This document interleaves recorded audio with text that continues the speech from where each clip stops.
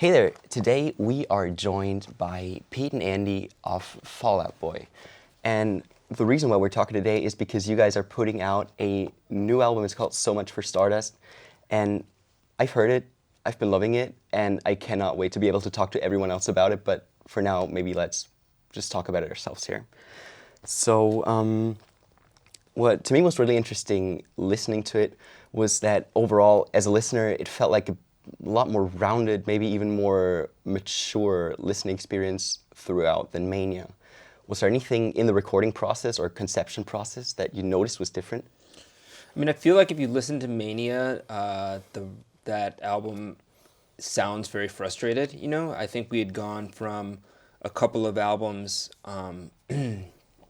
Listen, like we were a band in a time, at least in American pop culture, where like the landscape was not super friendly to bands, so we just kind of had to figure out a way to make it work. And I think Mania was the ultimate expression of pure frustration at that, you know. And I think you kind of can hear it in certain songs. You can definitely hear it in Young and Menace.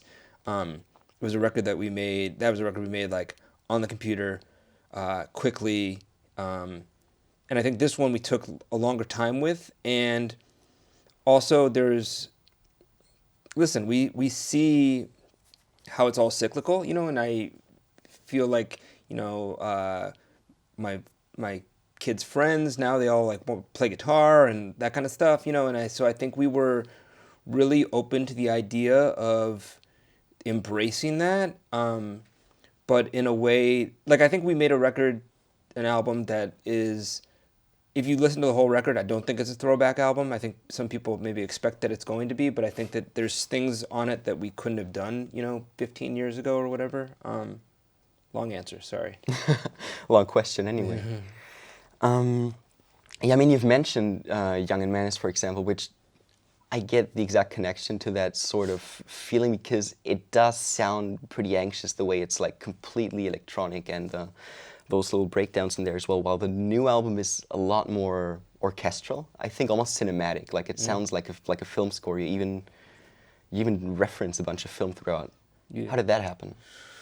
Well, I think that like one of the languages we really use are film and cinema. Like we don't always agree on some of the musical stuff, but I think we have like cinematic ideas that we really can agree on or reference. And to me, that's like super moving. And so we brought up a couple of different. We brought up like this movie Field of Dreams and Reality Bites, and there's like other there's a Goonies conceptual more musical idea there.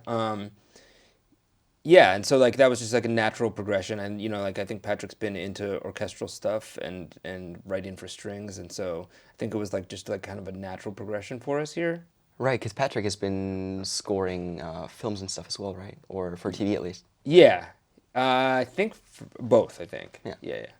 Moving on a bit, because I feel like, I mean, I've listened to the album quite a few times, and by now I feel like for a lot of songs it was pretty, like after listening to them for a bit, it became pretty apparent what they were about, but one that I wasn't quite able to figure out is 10 years. Which is a shame because the line, I spent 10 years in a chemical haze, really stuck with me. So would you guys mind going into that for a bit? Yeah, I mean, I hate ever like really unpacking songs too much because I feel like they just mean different. Like I listen to some songs and I'm like, I don't know if this is what this person was talking about, but this is what it means to me. I think that to me, like 10 years is like sometimes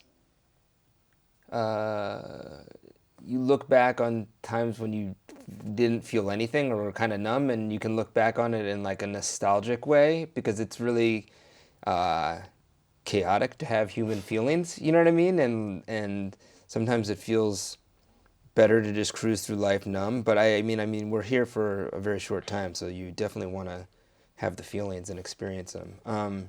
You know, sometimes when you're on tour, you're not really experiencing life, you know, and you're not interacting with your family and your home and so I think that sometimes the default is that you could just kind of just like go on cruise control, you know, and I think we were just like looking back on the idea of that, you know. But I kind of think in a weird nostalgic kind of way, you know? I don't know. Right. So the chemical haze sort of referring to both those brain chemicals and stuff mixing, or numbing yourself to sort of tune that out for a bit. I think both. I think you're right on that one. I think that like we talk about, you know, I mean, I think now more than ever people are really open to the idea of people having big feelings and, you know, talking about it and mental health, but, you know, maybe 10 or 15 years ago it wasn't as at the forefront, you know, and so I think that like the default is just kind of try to feel nothing or something for some people, you know, or whatever, and so that's the reference to chemical haze, I guess. But I don't know. Right. It means whatever it means to you. You know what I mean? That's true. I feel like COVID opened up a lot about those sort of mental health issues, like people noticing the way that kind of isolation took a toll on their minds. I think that made people as a whole just understand the concept of mental health better and what some other people are going through.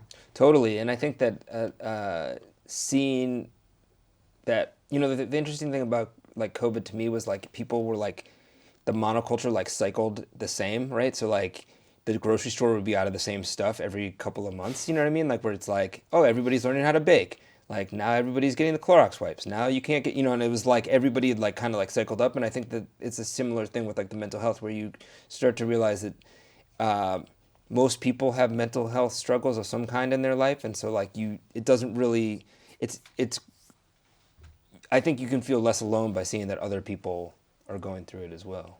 Sometimes you have to ask Andy just a question right to him if you want him to say something. I was going to say,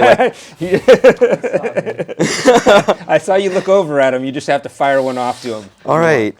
The drums, I will have to say, by the way, and he can probably speak about this, and this was not a question of yours, but I think that the drums on the album are fantastic. Thank you. Would you like to talk about the drums on the album? What you did differently? They're fantastic. They're fantastic. They sure are. We spent a lot of time on them.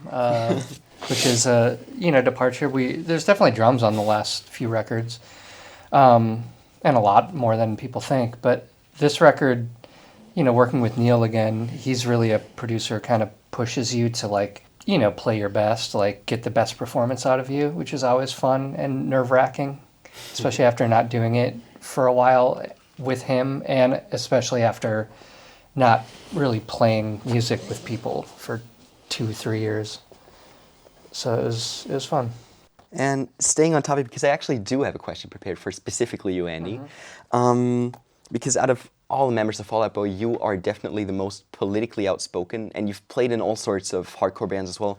How do you think Fall Out Boy compares as an outlet to those sorts of beliefs? I mean, it's all different stuff. I think they're all kind of facets of my personality and all of our personalities together, each different band with all the different people.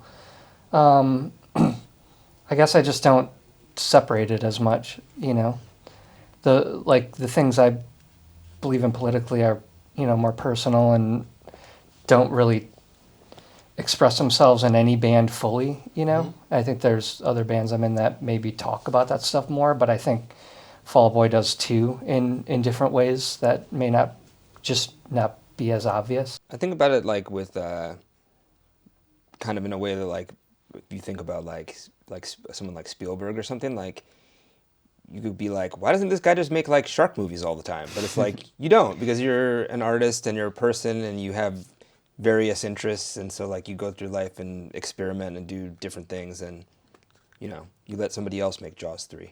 All right, so let's talk about some of the recent videos you guys did, because in Love from the Other Side, how the fuck do you even come up with that? Okay, why is Joe a raccoon? Why, Andy, are you in corpse paint? What is that?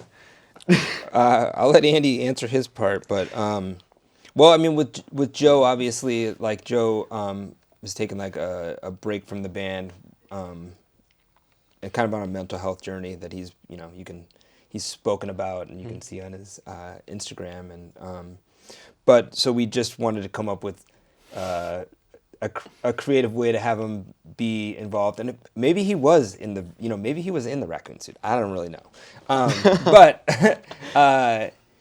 that was the idea. And like the video was just completely like we grew up on like, stuff like The Princess Bride and Neverending Story and Edward Scissorhands and all these things where it's like someone telling you a tale and the tale is like so like a grand journey, or whatever. And so we tried to do it with the video, and it was like a very bizarre video to make. And then the corpse paint. Yeah, we were just wearing, kind of fantasy outfits and stuff, and just felt right. So I asked our makeup person if they could do corpse paint on me. I love black metal and stuff, so it was fun. And he definitely left the video set in corpse paint. Yeah, I did. Ooh, that is sick.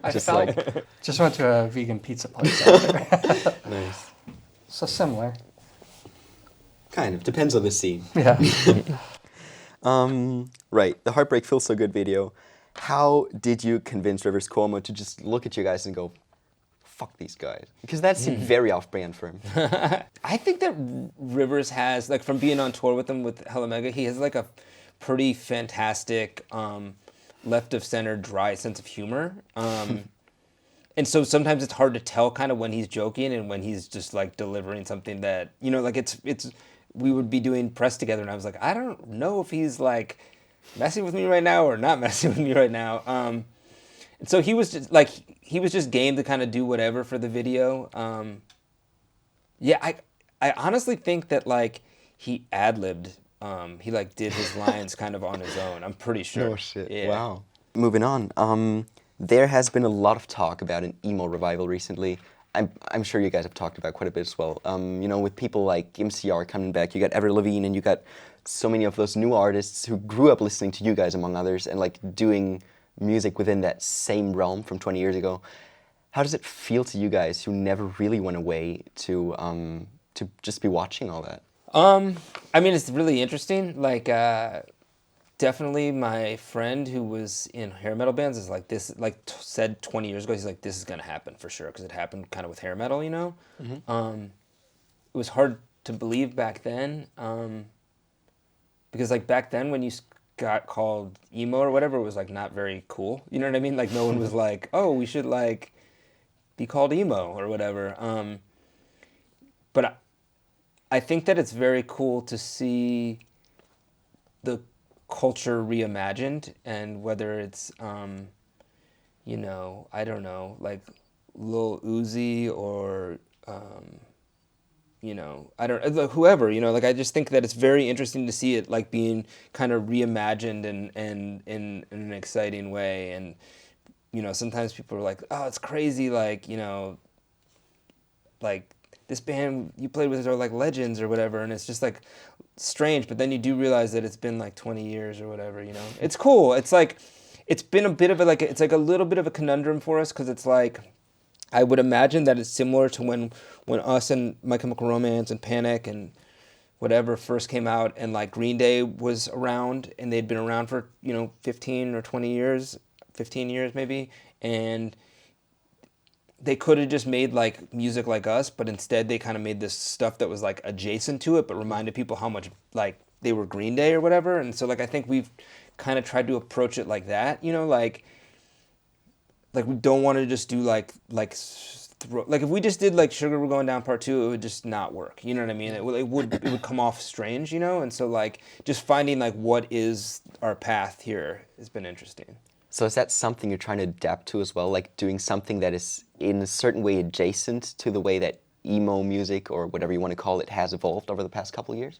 I think so. I mean, like, I think that it's like you want to feel like if we were playing on the next stage in the parking lot, it would all make sense together. But at the same time, like, listen, we're, in our late 30s and 40s, and, like, it's just, like, different, you know what I mean? And I don't want to like pander ever. We don't want to pander and like make music that like is just like, feels like we're making it to make it, I'd rather just not make Fall Out Boy music then. And so like this new record was just finding what, to me it was actually more about like mixing all of our kind of eras together, because we've never really, like the stuff that was like before the break that we took, From the Cork Tree and Findy on High and that stuff, and then like the stuff that was after Save Rock and Roll and American Beauty, we never really like combined all that stuff together, you know. And I think that this record was our attempt at that, you know, kind of. Do you guys have any actual favorites among those newer, younger artists that are coming out now? I mean, I would say that I'm biased, but because I signed him to my label, but like Games We Play, I think is awesome. He's just like a really refreshing, funny, strange, interesting person, and the music reflects that. Games We Play is awesome. I got to see him open for All Time Low a couple weeks ago. That was pretty sick. That's awesome.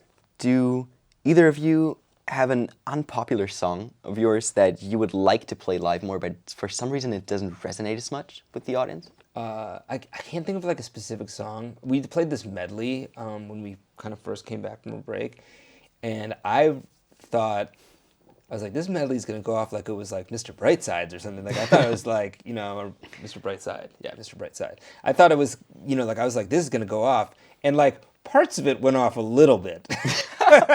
There were parts of it that were like really crickets, you know. I think there's like room for all of it, you know, especially like sometimes when we're playing smaller shows, you can like, that's what the times when you can like, we played this song Calm Before the Storm when we played a smaller show in Chicago not too long ago, and like it went off there. I don't know if it would go off in a stadium, but it was fun there. Out of the new songs, which one do you think, or are you expecting to work the best live? Like right when we got Love from the Other Side back from the mix, I was pretty sure that this song was going to work. Actually, when Patrick first played me the demo, I was like, this song's going to go off live for sure. It's interesting because it's like, you've heard the record, but like most people haven't. So it's like that strange time where you like have all these ideas about like what could be the songs, and then people just like, kind of, like on Mania, it was like, you know, we tried and, you know, and I mean, I guess it was just us maybe, but maybe it was like kind of the label and stuff, like put out all these different singles, and then people were like, no, the single is Real Ones. And we were like, oh, okay, got it. You know, and I think that it's just like an interesting time to make art now because people can just pick. Yeah, that's true. The one I'm looking forward to is actually the Field of Dreams one. Oh, if you're wondering, I forget what it's called, but I can see like the flashlights and the lighters go up in the chorus. That Okay, cool. I think that'll be really nice. Heaven, Iowa? Yeah, Heaven, Iowa. Yeah. That's one of my favorite songs. Me too. Yeah. I don't. Yeah. Yeah. Yeah. That I'm excited to play. But Nice. I'm excited to hear it live. Awesome. All right, let's talk Panic for a bit, because Brandon has now officially disbanded the project and to sort of focus on his family and stuff. And I mean, people have been criticizing him for a bit for making music under the same name, even after it just being himself for a few years now, and now have had another uneasy feeling about him disbanding the project also by himself. Do you guys have any thoughts on that? I don't know exactly. I haven't like spoken to Brendan about exactly how he feels, but I do think that like he's at a point in his life where he's just had a kid, and he just wants to be home and be a dad and experience that. And I feel like I totally understand that, you know, like as having 3 kids, like there's like important milestones that you don't want to miss out on, you know, and I think that that's probably the most important thing to him right now, I guess. Speaking of his kid as well, how does it feel to be the one to have leaked Sarah's pregnancy accidentally? Yeah, I mean, I don't feel good about that, you know. I feel like it's crazy that there's like a picture that goes up that has something in the background, and I'm like, you know, that doesn't feel great. You know? It's so weird to see that going off like that on my timeline as well, because like who zooms in on like the pictures in the background? Yeah. Yeah, I mean, you definitely don't want to like accidentally announce something for somebody. It feels like not a great feeling. Even still in interviews, you guys talk a lot about, despite having been in the band for what's over 20 years now, you're still pretty close with each other and you're still good friends. How did you manage to keep in touch, especially throughout COVID as well? Because I think that was pretty challenging for everyone. Totally. I mean, you know, I don't think we were like zooming. Maybe we zoomed. I don't think we were zooming. But like in some ways, I think it was good because it allowed everybody like kind of a break from touring, and we already knew that we were going out on Hella Mega, so we didn't really like prepare music, like it just felt like a weird time. Like I think some people got like really industrious, some bands did, and like put out like a bunch of records and stuff, and we were not that band. I think everybody just kind of did their own thing and got through it.